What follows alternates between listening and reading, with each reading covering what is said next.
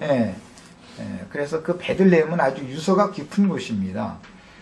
잘 아시는 것처럼 룻기에 보면 룻의 그 두 번째 남편 된 베들레헴의 유력자인 보아스가 베들레헴 성읍 사람이죠.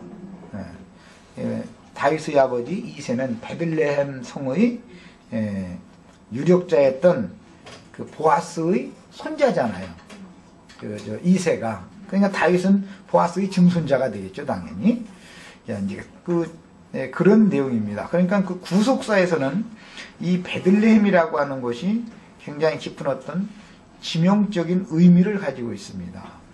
그래서 이걸 영적으로 해석을 한다면 기근을 만난 사람들에게는 곡물의 땅인 에브라시라고 하는 것이 기업이 되어져야 되는 거고, 에브라 중에서도 곡물을 얻었어도 이제 떡을 만들어 실제 먹을 수 있게 해야 되니까 베들레헴이 이제 떡집이라는 것이 그런 의미를 가지고 있어서 실제 예수 그리스도는 떡집인 신령한 말씀을 사람들에게 먹여서 새 창조를 이루는 그 베들레헴에서 태어나야 된다는 것입니다.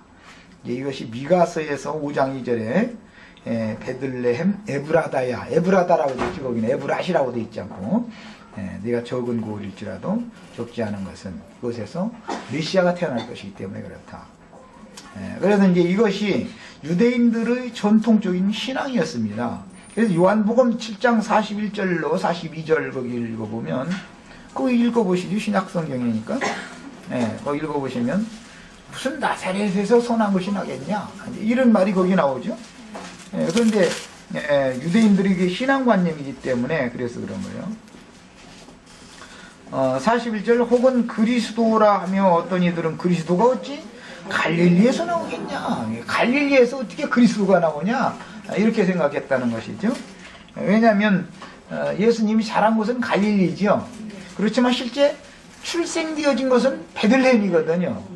유다의 베들레헴입니다.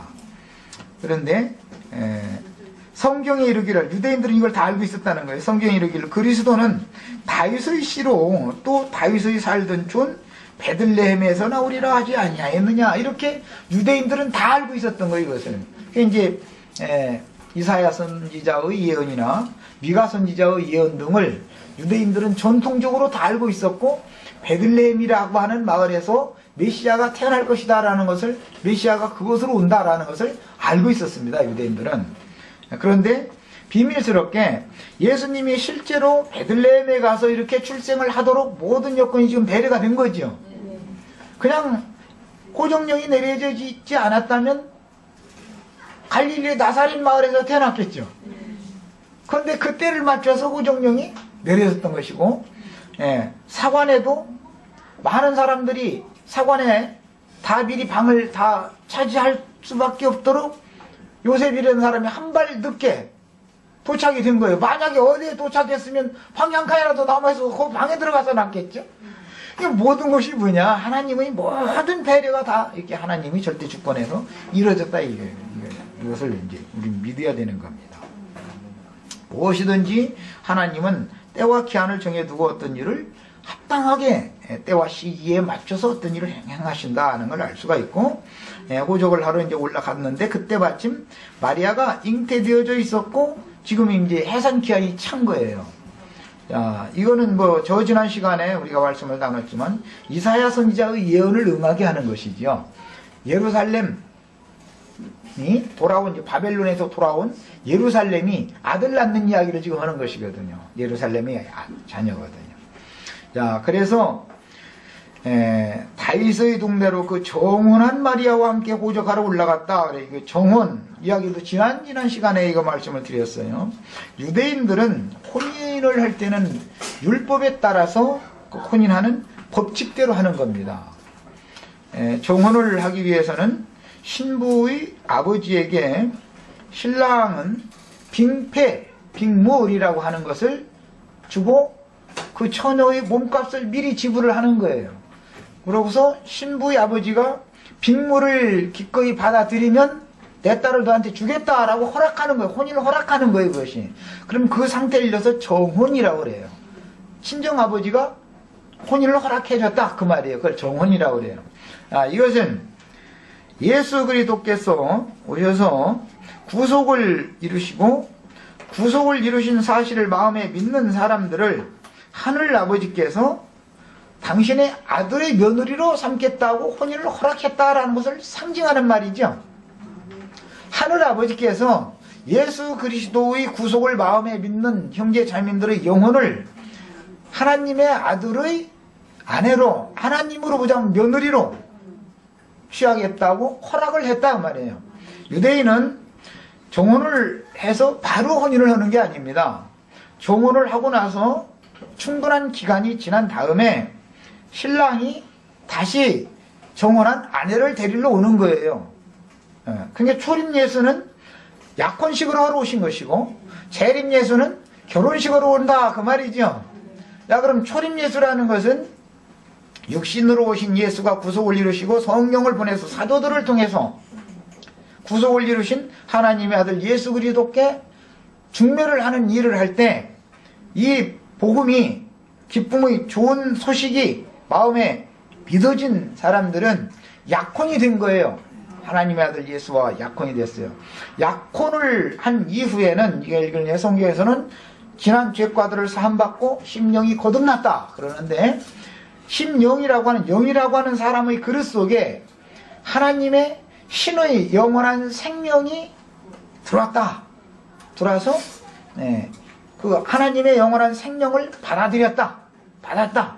또 다른 말로는 생명의 말씀이 믿어졌다. 씨 뿌림을 받았다. 뭐 이제 여러 가지 이제 비유입니다.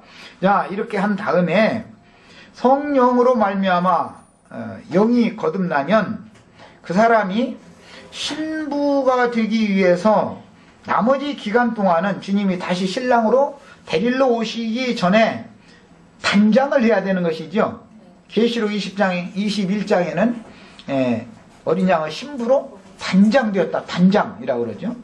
단장을 한다라는 말은 영이 거듭난 사람이 그 영에 계신 예수 그리스도의 그 생명의 성령으로, 신의 영원한 생명력으로, 이게 조회라고 그러는데 그 생명력으로 말미암아 그 사람의 생명의 바탕인 마음그릇의 큰 기능이라고 할 수 있는, 인간 자체라고 할 수 있는 혼이 위로부터 오는 처소로, 즉 부활 승천하셨던 그 그리스도의 신령한 모습으로, 다른 편에서는 아무라도 그와 같이 희게할 수 없이 밝은 빛이다 그랬는데 빛으로 옷을 입는 거예요. 그것을 신부로 옷을 입는다, 혼인 예복을 입는다 이렇게 표현을 해요. 형제 자매님들이 혼이 예수 그리스도의 형상으로 옷을 덧입는다 이 말이에요. 그분의 모양으로 옷을 덧입는 거예요. 이것은 영이 거듭났을지라도 신부로 단장되지 않았으면, 즉 혼인에 참석할 사람은 예복을 반드시 갖춰 입어야 되는 건데, 그 예복을 갖춰 입는다는 것은 각 사람의 인격의 처소인 혼이 예수 그리스도의 그 마음과 같이, 그분의 온전하심과 같이 온전케 되어짐으로 그분의 영광스러운 영광을 취한 것의 모습, 즉 해와 밝은, 해보다도 더 밝은 빛이다. 세상에서 그 누구도 그와 같이 희고 고운 세마포를 뭐 옷 입는다 그러지만, 세마포를 뭐 양잿물로 빨아서 이렇게 깨끗하게 이제 흰 표백을 한 것으로 이제 상징이 된 말이지만, 이것은 그리스도의 의로 옷을 덧입는다 그 말이에요. 혼이 영이 거듭난 다음에 그리스도의 의로 희고 고운 세마포로 덧입는다. 그래서 이제 구약 성경에서는 성막이 원래 옛 창조 안에서는 세 단계로 되어 있습니다. 마당과 성소와 지성소로 이렇게 분리가 되어 있죠. 그러나 실제로 세마포장과 또 다른 어떤 뭐 붉게 물들인 수양 가죽이나 염소 가죽이나 뭐 해달 가죽이나 이런 걸 이렇게 덮개를 씌우는 그 막 부분은 성소와 지성소 부분